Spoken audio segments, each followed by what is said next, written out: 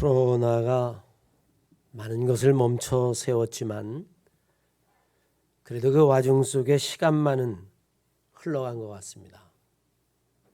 2년 가까이 세월이 흘렀죠. 모든 사람의 바람과 기대와는 달리 위드 코로나라고 이야기하지만 아직 우리가 일상으로 회복하기에는 조금 무리가 있는 것 같습니다. 그러나 곧 정상화가 되겠죠. 올해가 2021년입니다. 제가 개인적으로 돌이켜보니까 제가 감리교 신학대학을 입학한 게 81년이니까 정확히 40년이 흘렀습니다. 20살에 입학을 해서 지금 60이 되었으니까 10년이면 강산도 변한다라고 이야기한 그 강산이 4번이나 바뀐 겁니다. 그 과정 속에 절대로 변하지 않을 것 같던 이 한남동도 이제 곧 상전 벽해와 같은 변화를 코앞에 두고 있죠. 지금도 제가 이렇게 한남동을 걸어가다 보면 예전에 대학 다닐 때 청년들하고 이 골목골목을 누볐었을 때의 그 기억이 여러분 아주 선명합니다. 세월은 40년이 흘러갔는데 말이죠. 그래서 그때의 신학생 전도사였던 제가 바로 그 교회 담임 목사가 되어 있는데 40년이라고 하는 세월이 지난 지금 나는 과연 20대보다 더 영적으로 성숙하고 더 현명하고 더 지혜롭고 더 하나님이 기뻐하는 사람이 되어 있는가? 여러분 어떨까요? 40년이나 지났으면 사람이 훨씬 더 성숙하고 지혜롭고 그리고 완전을 향해 나가 있어야 할 것 같은데 장담할 수 없죠. 사실 노인과 어른은 다른 것입니다. 노인은 나이만 먹으면 누구나 될 수 있는 것이죠. 그러나 어른은 그렇지 않습니다. 어른은 어른다워야 하는 겁니다. 어른은 나이가 먹는다고 해서 되는 것이 결코 아닙니다. 끊임없이 자기를 돌아보고 자기가 정말 제대로 인생을 살고 있는지를 성찰하고 나는 지금 세월이 가면서 익어가고 있는가, 성숙해가고 있는가, 영적으로 더 깊어져 가고 있는가, 믿음은 점점 하나님이 원하시는 그런 믿음으로 자라고 있는가 우리는 살펴보아야만 합니다. 공자는 논어 위정편에서 사람이 나이가 들면서 성숙해져야 하는 과정을 설명해 주고 있습니다. 나이가 30이 되면 인생이 자기의 뜻을 세워야 한다. 입지라고 이야기를 했죠. 그러다 나이가 10년이 지나서 강산이 변하는 세월이 지나면 40이 되면 부록. 이제는 그 정도 되면 어떤 유혹에도 흔들리지 않을 정도로 인생의 심지가 깊어야 한다. 또 강산이 한번 변해서 50이 되면 지천명. 왜 하늘이 나에게 생명을 주셨는지,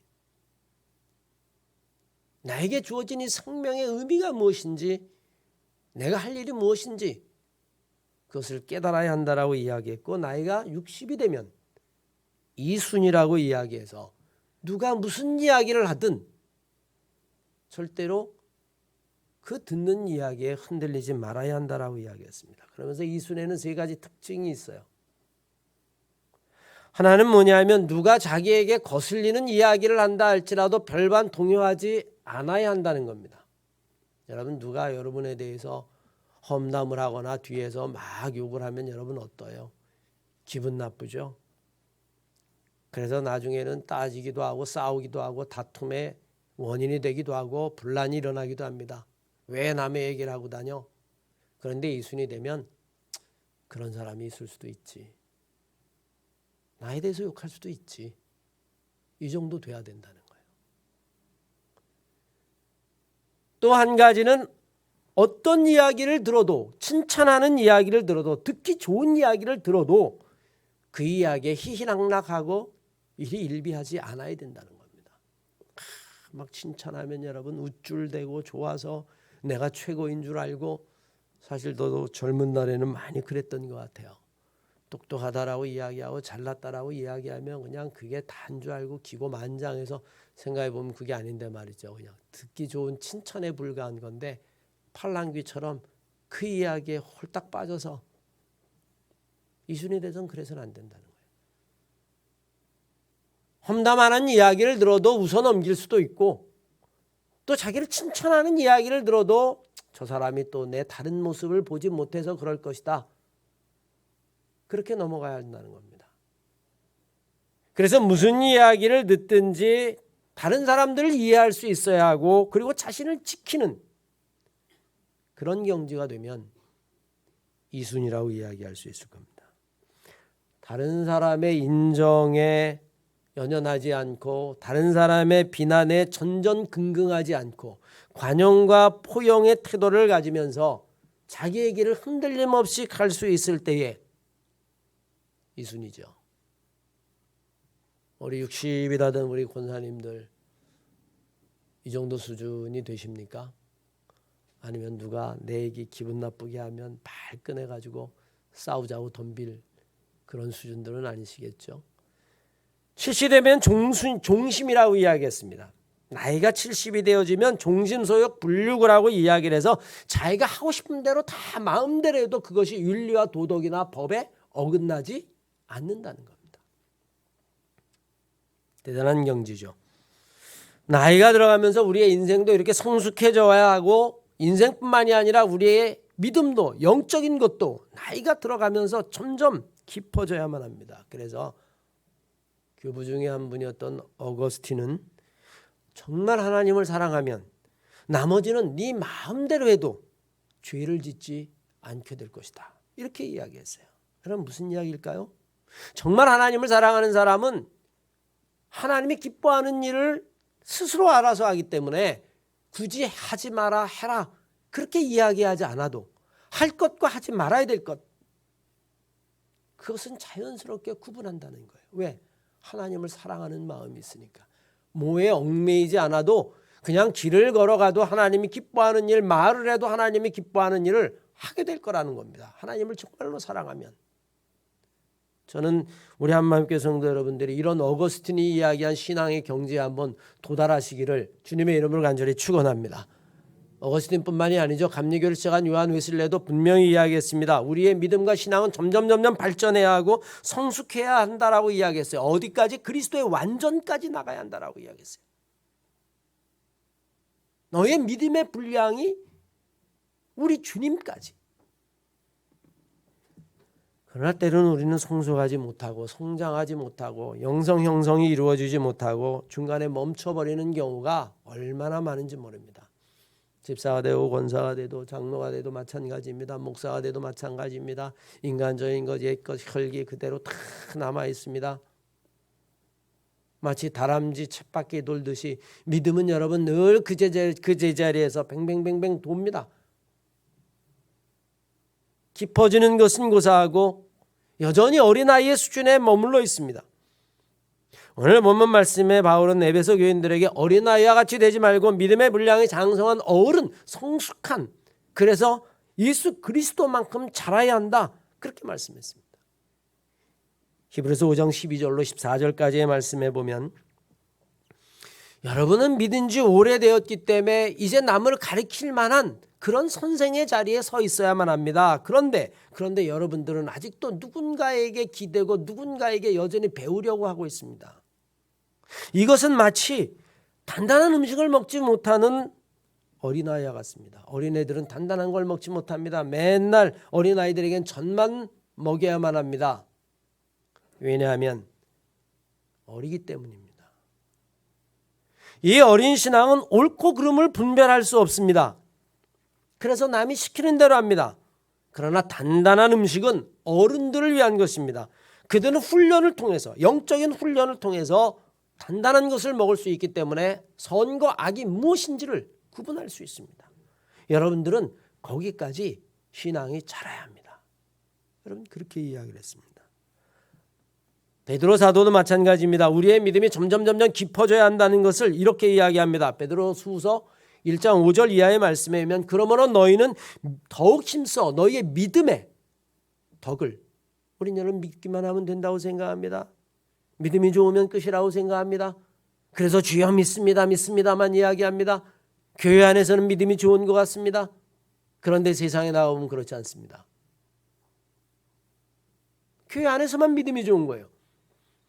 그래서 베드로 사도는 너희의 믿음의 덕의 지식을, 지식의 절제를, 절제의 인내를, 인내의 경건의 형제 사이의 우애를, 형제 우애 위에 사랑을 더하라. 여러분 분명히 우리에게 말하고 있어요. 우리는 오늘 바울이 이야기한 대로 그리스도의 믿음의 분량까지 우리의 신앙이 끝까지 자라야 될 줄로 믿습니다. 그러면 우리의 믿음이 오늘보다는 내일, 내일보다는 모레 시간이 지나면 조금이라도 성숙하고 믿음이 깊어지기 위해서 우리는 어떻게 해야 할까요? 먼저 자기 자신을 돌이켜보는 사람이 되어야만 합니다. 자기 자신을 돌이켜보지 않고서는 결코 성숙한 신앙의 사람이 될 수 없기 때문에 그렇습니다. 빌립보서 2장 4절 이하의 말씀에 의하면 각자 자기의 일을 돌아볼 뿐더러 또한 각각 다른 사람의 일을 돌아보아 나의 기쁨을 충만하게 하라 라고 이야기합니다. 철학의 아버지라고 하는 소크라테스는 간단하게 이야기했죠. 너 자신을 알라. 돌이켜보라는 겁니다. 영적인 성찰을 하라고 하는 이야기입니다. 우리는 다른 사람들은 굉장히 잘 관찰합니다. 저 사람은 말이 많아. 저 사람 말을 하면 험해. 저 사람 어디 가서라도 다툼을 불러일으켜. 좀 말 좀 곱게 하지. 저 사람은 참을성이 없어 혈기를 잘 부려. 저 사람은 어디 가나 분란을 잘 일으켜. 정말 우리는 다른 사람을 매의 눈처럼 관찰합니다. 그런데 여러분 그만큼 자기 자신을 돌이켜보나요? 자기를 성찰하나요? 자기를 반성하나요? 여러분 반성하지 아니하고 성찰하지 아니하고 신앙이 성숙하고 그리스도의 완전을 향해 나가는 사람은 아무도 없습니다. 이미 자기를 반성하지 아니하고 자기를 돌아보지 않으면 자기 성찰이 멈춘 순간 그 사람은 다람쥐 쳇바퀴 도는 것처럼 제자리에 머물러 있을 수밖에 없어요. 하나님에게 더 깊이 나갈 수가 없습니다. 왜? 자기를 돌이켜보지 않으니까. 우리는 여러분 다윗이라고 하는 인물을 합니다. 하나님이 기뻐했던 사람이죠. 그런데 다윗이 왕이었을 때에 바세바의 유혹, 자기 스스로의 그 욕망에 빠져서 큰 죄를 짓게 되어집니다. 그것조차 덮으려고 자기의 권력을 가지고 그 바세바의 남편 우리아를 전쟁에 내보내서 죽게 하죠. 그러면 아무도 모를 줄 알았을 겁니다. 왜? 자기가 가진 권력을 가지고 그냥 덮어버리면 그만이니까 자기 성찰 필요 없습니다. 내가 왕인데. 그런데 나단이라고 하는 선지자가 등장합니다. 하나님의 말씀을 들려줍니다. 그 순간 여러분 다윗은 자기 성찰을 하죠. 이것이 정말 내가 왕의 권력으로 덮을 수 있는 것이 아니구나. 하나님 앞에 내가 정말 큰 죄를 지었구나. 그래서 여러분 하나님 앞에 시편 51편 말씀에 의하면 눈물로 하나님 앞에 기도합니다. 어느 정도로 기도하냐면 하나님 내가 엄마 뱃속에 있을 때부터 내가 죄인이었었던 것을 내가 주 앞에 고백합니다. 제발 하나님 나를 우슬초록 깨끗하게 씻겨주십시오. 그러면 내 영이 하나님 앞에서 새로워지겠습니다. 정말 간절한 마음으로 자기를 성찰하고 자기를 돌이켜보고 그런 회개의 과정을 통해서 다윗은 더 깊은 영적인 은혜로 들어가죠. 여러분 그의 아들 솔로몬을 생각해 보십시오. 솔로몬은 어떤 사람입니까? 솔로몬은 1000번제를 들어서 하나님의 꿈속에 나타나서 내가 원하는 게 무엇이냐라고 했더니 지혜요. 정말 하나님 마음에 합해서 지혜뿐만이 아니라 부귀와 영화 장수까지 따받은 사람이었어요. 그런데 노년의 솔로몬은 여러분 그렇지 않았습니다. 성년의 솔로몬은 후궁이 700, 첩이 300이었어요. 하나님이 꿈속에 2번이나 나타나서 뭐라고 이야기하냐면 너는 지금 내가 가장 싫어하는 일을 하고 있다. 너는 내 애비와 달리 너는 지금 우상을 숭배하고 있다. 하지 말아라. 하지 말아라. 열왕기 말씀을 보십시오. 꿈속에 2번이나 나타나서 하나님이 그렇게 말씀하시는데도 불구하고 솔로몬은 이야기를 듣지 않습니다. 왜 그럴까요? 이미 자기 성찰을 하지 않기 때문에 그렇습니다. 하나님의 이야기도 듣지 않는 사람이 남의 이야기를 듣겠습니까? 결국에 자기 성찰을 할 수가 없어요. 솔로몬은 하나님에게 책망을 받죠. 너 때문에 나라가 두 쪽으로 갈라지게 될 것이고 나라는 멸망하게 될 것이다. 영적인 성숙이라고 하는 것은 여러분 그만큼 어려운 것입니다. 이거는 높이 올라가는 것이 아니라 깊이 내려가는 것입니다. 세상에서 부귀, 영화, 명예, 권력, 여러분 재물, 우리는 끝없이 올라갈 수 있어요. 끝없이 올라갈 수 있습니다. 그런데 영적인 성찰이라고 하는 것은 정반대로 내려가는 것이기 때문에 올라간 사람일수록 내려오기가 어려운 법입니다. 재물을 많이 모으거나 성공한 사람, 높은 지위에 있는 사람들이 추락하는 이유가 어디에 있을까요? 하나님 기뻐하지 않는 이유가 어디에 있을까요? 자기를 돌아보지 않기 때문입니다. 자기의 성공에 취해서 다른 사람의 이야기, 다른 사람이 하는 이야기가 우습게 보이기 때문에 그렇습니다. 그건 여러분 누구라도 마찬가지입니다. 아무리 권력의 정점이 있는 사람이라 할지라도 자기를 돌이켜보지 않는 순간부터 그냥 멈춰버리고 마는 거예요. 여러분 우리가 지금 대통령 선거를 하는데 거기에 나온 후보들 여러분 어떻습니까? 자기 성찰하는 것 같습니까? 자기를 한 번이라도 돌아보는 것 같아요. 이미 자기도 모르는 사이에 교만한 자가 되어 있는 것이죠. 그 순간 놀랍게도 여러분 영적인 성장과 성숙, 스피리추얼 포메이션이라고 하는 영성 형성은 멈춰버리고 맙니다. 세월은 흘러가고 나이는 먹어 노인이 되어도 진정한 영적인 어른은 될 수 없는 것입니다. 어른과 아이의 차이가 무엇입니까? 단순히 나이나 몸의 차이를 의미한 것일까요? 그렇지 않습니다. 그것은 영적인 성숙의 차이입니다. 어린아이의 특징은 자기밖에 모른다라는 것입니다. 어른은 살아온 경륜 때문에 자기만 생각하는 것이 아니라 남도 생각하고 지금만 생각하는 것이 아니라 미래도 생각하고 영적으로 성숙한 사람은 하나님 앞에서 자기를 돌이켜보는 사람이에요. 그래서 자기의 허물을 볼 때에 우리는 오늘보다 내일 더 깊은 믿음과 영적인 성숙을 가진 사람이 될 수 있어요. 저는 바라고 원하기는 사랑하는 우리 한마음교회 성도 여러분들은 늘 정말 하루에 한 번, 아니 일주일에 한 번이라도, 아니 예배에 와서 머리를 숙여 기도하는 순간만이라도 자기를 한번 돌이켜 볼 수 있는, 자기 성찰을 할 수 있는, 영적인 자기 성찰을 할 수 있는, 그래서 그 허물을 알고 하나님 앞에 기도하고 한 걸음 더 깊이 하나님에게 들어갈 수 있는 그런 신앙의 사람들이 되시기를 주의 이름으로 간절히 축원합니다. 한 걸음 더 나아가서 성숙한 사람은 여러분 유혹에 흔들리지 않는 사람입니다. 14절 이하의 말씀을 보십시오. 이는 우리가 이제부터 어린아이가 되지 아니하여 사람의 속임수와 간사한 유혹에 빠져 온갖 교훈의 풍조에 밀려 요동하지 않게 하려 함이라. 그래야 믿음이 자랄 수 있다는 겁니다. 유혹에 걸려 넘어지고 또 뒤로 물러나고 또 걸려 넘어지고 그런 것만 반복해서는 안 된다는 거죠. 아이는 사탕 하나에도 얼마든지 유혹을 당합니다. 성숙하지 못한 사람은 나이가 들어도 물질이나 아니면 권력이나 명예나 이기심이나 자존심이나 그 모든 것에 다 걸려 넘어집니다. 이미 여러분 사탄은 우리가 가장 약한 부분이 무엇인지를 알아요. 저 사람은 재물에 약해. 물질에 대한 아주 그 탐욕이 있어. 저 사람은 자기 자존심에 건들면 견디질 못해. 자존심이 가장 약해.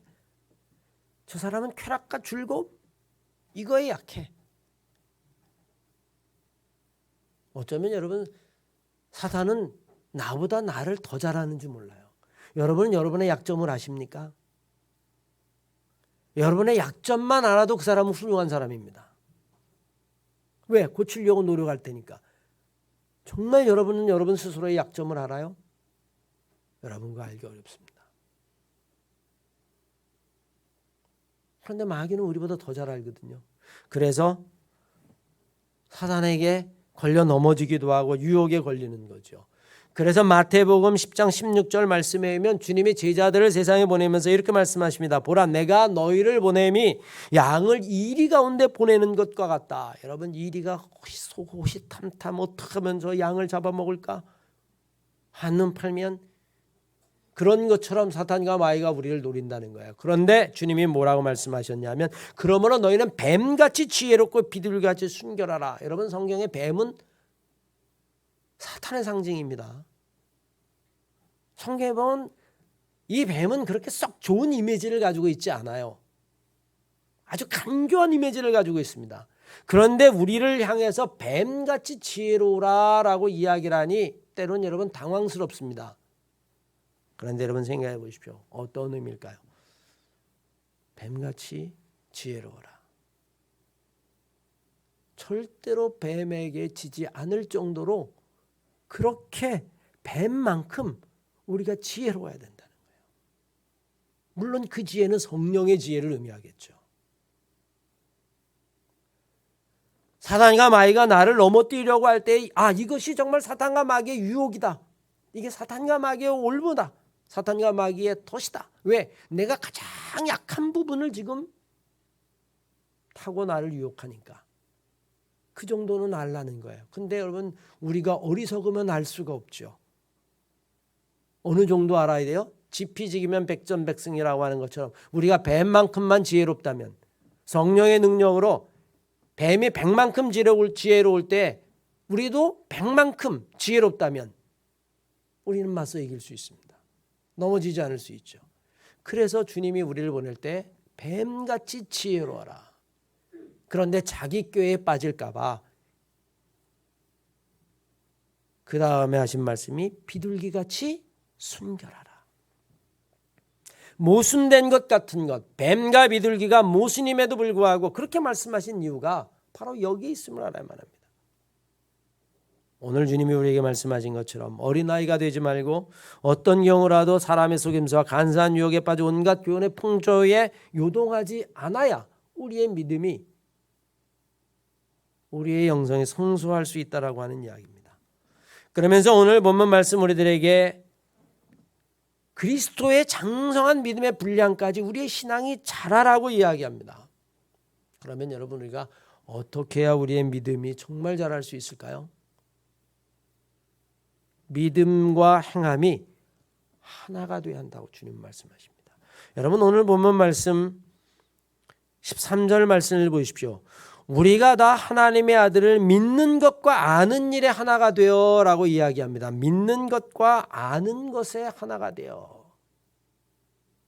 그런데 우리는 때로는 여러분, 아는 것과 믿는 것, 아는 것과 행하는 것 사이에 큰 구렁이 있어요. 아는 건 많은데, 교회 생활 10년 20년 해서 성경은 열독했다라고 이야기하는데 정말 아는 건 많은데, 마태복음에 주님이 이렇게 말씀하신 것 저렇게 말씀하신 건 아는 건 많은데 행하는 건 하나도 없는 거죠. 믿음과 행함이 하나가 돼야 된다는 겁니다. 믿음이라고 하는 것은 눈에 보이지 않는 깊은 뿌리와 같은 것이라면, 행함은 겉으로 드러나 있는 열매 같은 것입니다. 야고보 사도는 행함과 믿음을 하나로 보았습니다. 믿음은 보이지 않고 우리의 행동은 사람들 눈앞에 낱낱이 보이고, 그래서 우리는 보이는 것과 보이지 않는 것 사이에 괴리감이 있는 거죠. 이게 일치해야 된다는 겁니다. 오늘날 한국교회의 위기가 뭐겠어요? 제가 오늘 오후에 강의할 때도 잠깐 말씀을 드리겠습니다만, 한국교회 그리스도인이 없기 때문입니까? 여러분, 교회 가보십시오. 믿는 사람, 한국교회 교인들만큼 열심히 있는 사람, 제가 미국 교회를 예전에 많은 교회를 방문했는데 여러분, 새벽기도 하는 사람 없어요. 수요기도도 없습니다. 금요기도에 택도 없습니다. 신방 절대 없습니다. 한국 교회만큼 그렇게 열심히 내는 교회가 없어요. 그런데 그게 다 교회 안에서만 일어나는 일이에요. 교회 바깥에 나가면 필요 없는 일이 되어버리고 맙니다.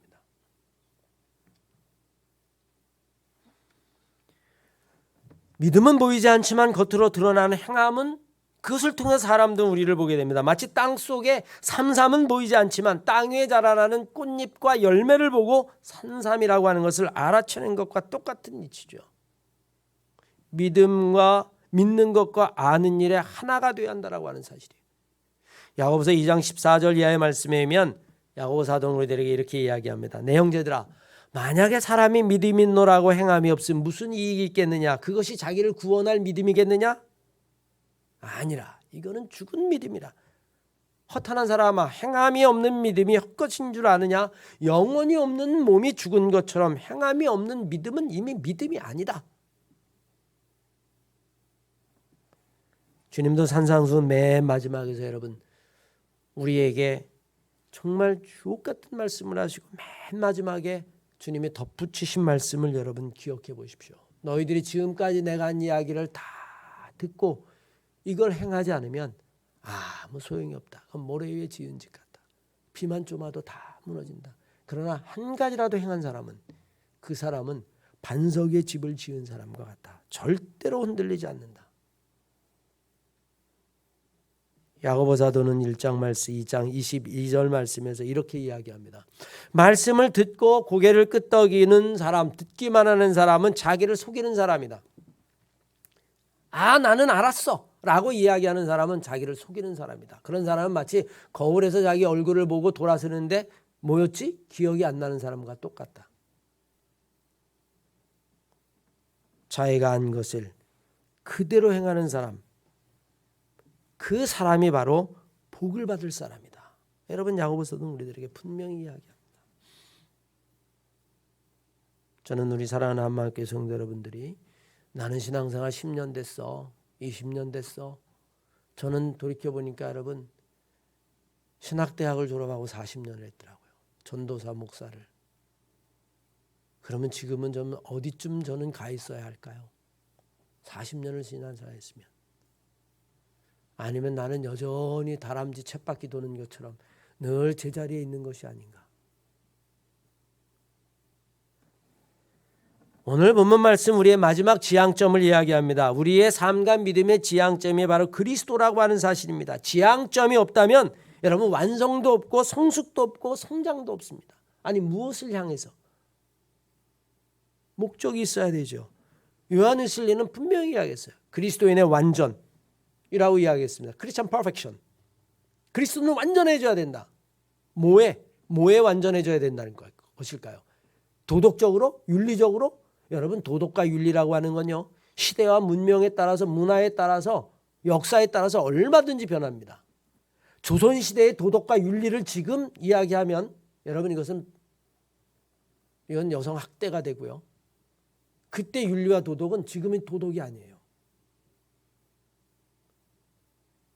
그러면 여러분 궁극적으로 무엇에 있어서 완전? 그 기준이 어디에 있어요?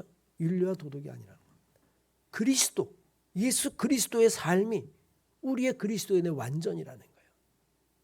그래서 우리의 믿음이 자라가야 돼. 어디까지 자라야 하느냐? 예수 그리스도까지 자라야 한다. 그걸 웨슬리는 크리스천 퍼펙션이라는 말로 했어요. 그리스도인의 완전. 40년을 목회하면서 여러분 그런 생각이 듭니다. 내 마지막 지향점이 무엇일까? 오늘 성경은 우리들에게 분명히 이야기해요. 그리스도까지 자라가라. 예수 그리스도까지. 우리 사랑하는 한마음교회 성도 여러분들도 내가 신앙생활 5년, 10년, 20년 그게 중요한 것이 아니라 매 쳇바퀴 도는 것 여러분 아무 의미 없어요. 나를 돌이켜서 반성하고 유혹에 빠졌으면 또 한 번 한 걸음 더 나아가고 그래서 결국에는 그리스도까지 예수 그리스도의 그 분량까지 믿음의 분량까지 우리 한마음교회 성도들이 날마다 영적으로 성숙하고 더 깊어지는 한마음교회 성도들 다 되시기를 주의 이름으로 간절히 축원합니다.